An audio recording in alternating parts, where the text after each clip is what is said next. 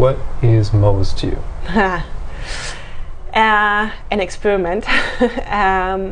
And the way I understood it or understand it is to find different ways of being and living together, to organize society differently, and kind of like in Ireland or a fractal, coming back to the beginning of testing out how can we actually live in community. And I think if I think about the challenges that we face as on a planetary scale, learning to cooperate, how to actually live together and organize ourselves without, in an organization or in a company, I think it's different because you're being paid and usually the structures are different and there's hierarchies and stuff, but how to do all that without these structures and setting up completely new structures, how does that even work? And Moos for me was one of those experiments testing that out.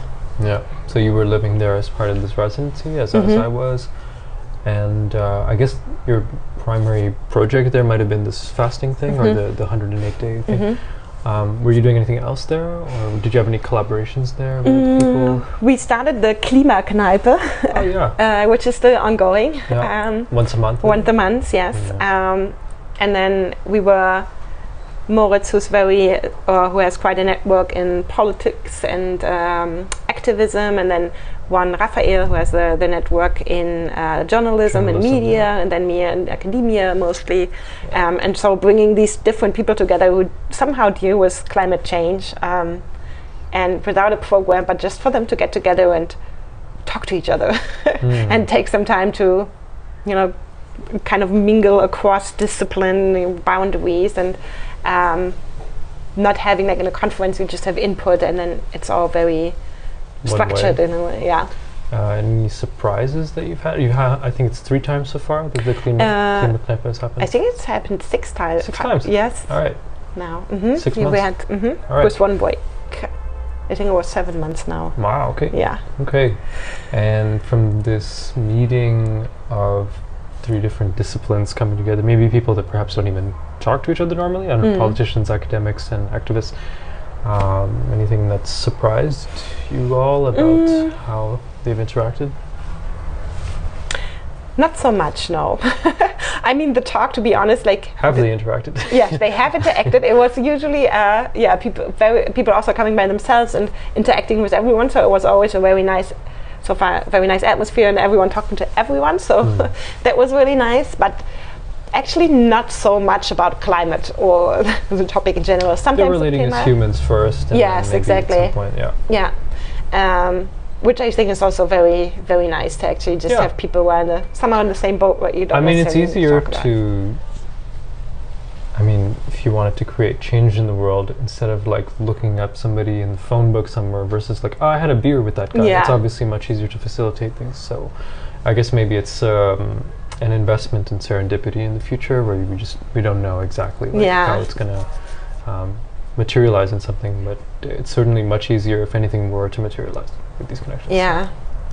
And one thing that I found nice was all 3 of us who have organized it, we've been in this field for many years now. And I think sometimes, especially if you've been in the field for a long time, it can be discouraging and you can get demotivated or burnt out. It's such a... climate, Yeah. So mostly the people that came have been in this field for quite a long time. And so, like at the one hand, like this naivety of, I'm going to change the world is kind of gone for all of us. So this, maybe unfortunately... The world has changed. Yes, that too. But this like, I'm going to change the world, maybe that part. And seeing it from kind of a different perspective. I don't want to say from a discouraged perspective, because I'm not discouraged at all. But still, that was nice. And what have you learned from your time at Moos? I mean, this maybe it was a while ago, but from what you remember of your time there, like, and how long were you there? Almost 3 months, like 2.5 months. 2.5 months. Yeah. So what are some things that maybe you took with you from your experience? I guess what became really obvious to was that structures are very important. So I found, I don't know, it's rare that you go to one place and you basically like everyone, and I felt that way at Moos. I felt like everyone was just so nice and cool and interesting, and it was fun. But at the same time, like to actually organize ourselves and to build something sustainable that can, last upon a long time, and where people feel comfortable and where they can express their ideas or like live their ideas or fulfill their projects or what have you. To actually do that some sort of structures are just really necessary. For co-living or just for like collaborating? Both, I think, yeah. For co-living specifically, but also collaborating. I think it's